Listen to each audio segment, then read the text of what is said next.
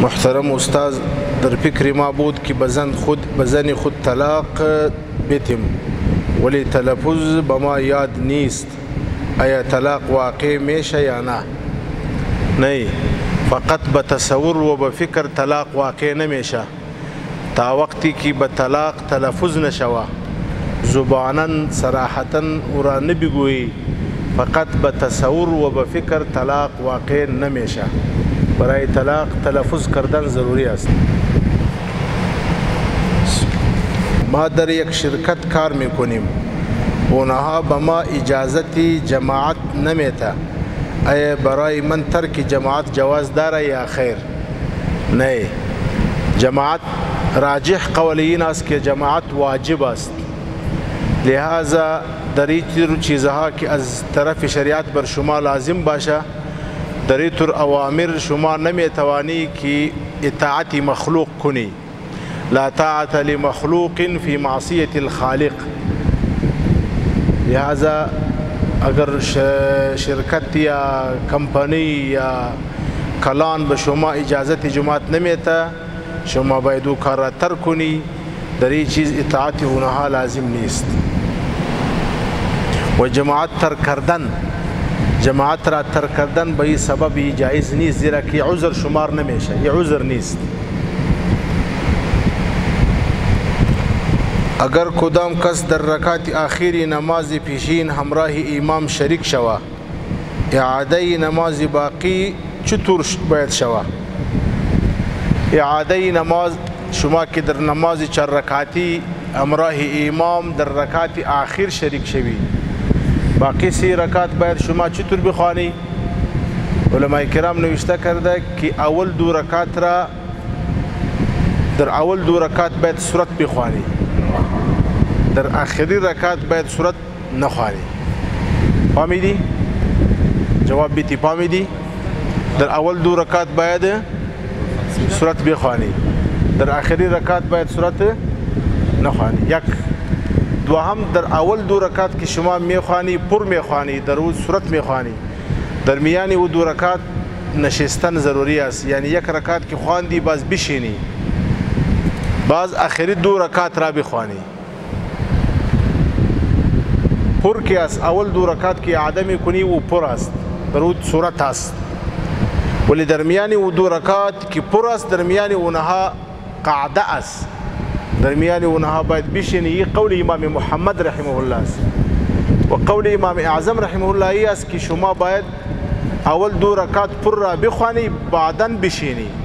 ولی راجح مفتابهی قول امام محمد است رحمه الله. ولی اگر انسان اینطور نکرد، مثلا در اول 2 رکعت ننشست در میان اول 2، بلکه 2 رکعت خواند باز نشست، هم نماز او صحیح است، مشکل نداره.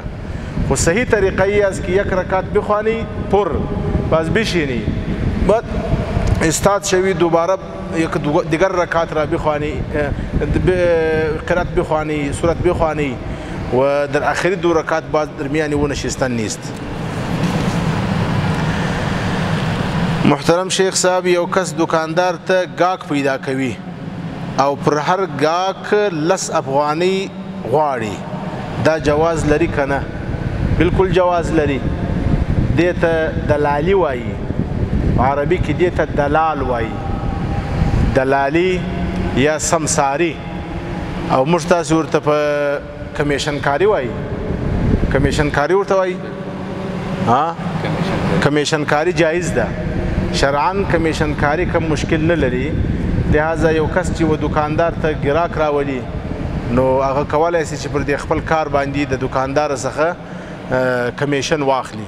یا مثلا یو کس دی هغه د یو چا سودا ور خرڅوي، ستا په بارګین دی، په دې کې موټران دي، زه دا در خرڅوم چې هر موټر مې خرڅ کړي دومره به راکوې، نو هغه په دې باندې اجرت او مزدوري اخیستلی شي. شرعاً په دې کې کم ممانعت او مشکل نشته.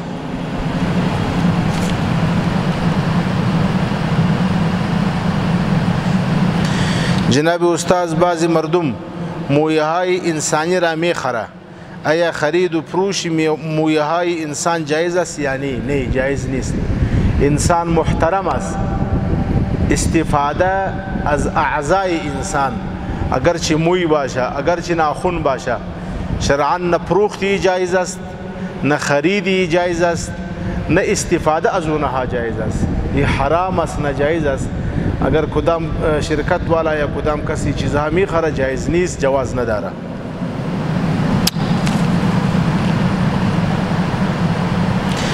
محترم استاد صاحب السلام علیکم ورحمت الله وبرکاته. وعلیکم السلام ورحمت الله.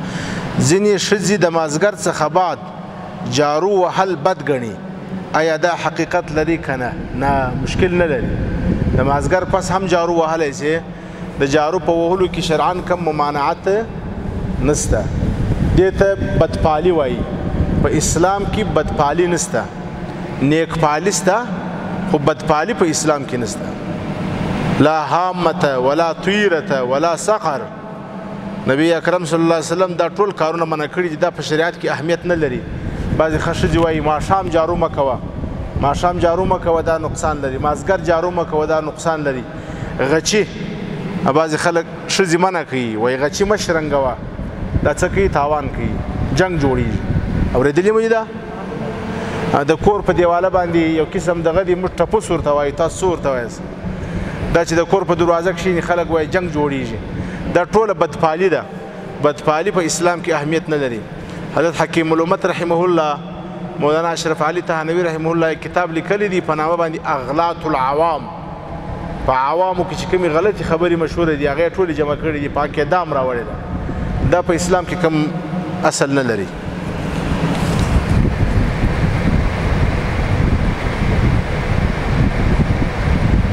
اگر کسی دندان خود را پر کند غسل داشته باشه، تنها حضور داشته نباشه، جواب بالکل جواز داره، مشکل نداره. ولی اگر ایطور پر کرده، ما به شما قبلا هم مسئله بیان کرده بودیم، اگر ایطور یا پوش می بعض مردم پوش میته، اگر ایطور باشه که کشیدن او آسان باشه باید او در وقت غسل بکشه. ولی اگر ایطور کرده که او کشیدن او مشکل باشه، بعض کشیدن هم نمیخواه، او جزء بدن انسان جور شد، مشکل نداره.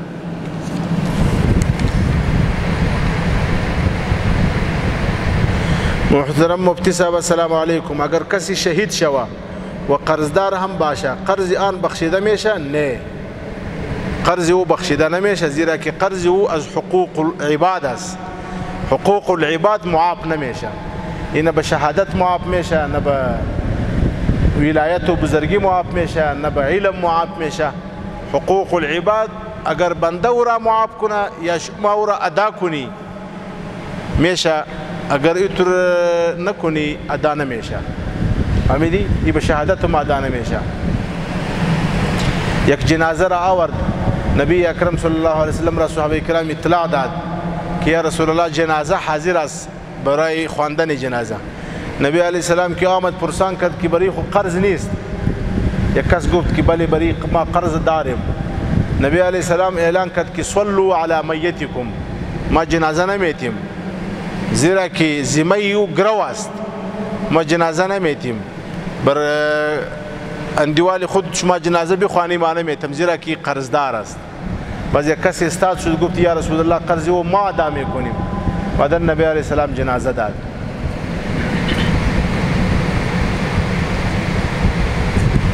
شیخ صاحب محترم السلام علیکم و رحمت الله و برکاته. رفتن برای جهاد فی سبیل الله بدون اجازه پدر و مادر جواز داره یا نه؟ اگر جهاد فرض عین بود باز جواز داره، ولی اگر جهاد فرض کفایی بود باز جهاد جواز نداره. از جهاد فرض کفایی خدمت پدر و مادر و اجازه اونها مقدم است.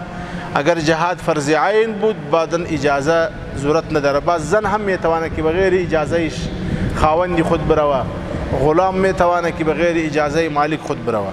در انگشتری مردانه طلا کار شود نماز میشد یا نه؟ مسئله نماز نیست، مسئله ای است که جایز است یا نیست، ناجایز است. برای مرد طلا مطلقا حرام است، مطلقا منع است. ولی نقره که است، سپینزر نقره، او به اندازه یک مسقال جایز است، ولی طلا مطلقا برای مرد ناجایز است. لہذا این کار کردن برای مردم ناجایز ناروا است. اینطور ابریشم را استعمال کردن برای امتی نبی علیه السلام مردهای امت ناجایز است. در صورتی که نماز خالی را سهوا پر بخوانه بعدا یادت بیایه که رکعت خالی بود چه حکم داره؟ مشکل نداره. مثلا اگر نماز خالی بود 2 رکعت اخیر ظهر بود شما در او صورت خواندی مشکل نداره نماز میشه. البته در آخر سجود سهو بکنی.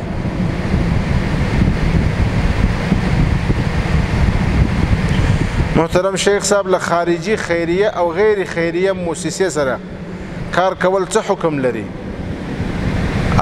کدا سی و چې مؤسسه خیریه و لکه نوم چې خیریه دي د خلکو خدمت یې کوي او کم د کافرانو لپاره یو تبلیغاتي دستګاه نه وه د عیسویت تبلیغ ورکوي په حاشیو عریاني خپروي نو که داسې مشکلات نه و پکښې کې به مشکل نه لري او که چېرته داسې یو اداره وه چې هغه په ظاهره خو خیریه ده او په حقیقت کې خیریه نه ده هغه د کافرانو یو تبلیغاتي دستګاه ده د دې لارې څخه کافران د عیسایت عقیده نعوذ بالله خپروي په مسلمانانو کې یا د مسلمانانو په منځ کې په حاشیو عریاني خپروي نو بیا په هغه صورت کې بیا د دې سره تعاون کول یو ځای کېدل دا ناروا دي نه دي جایز.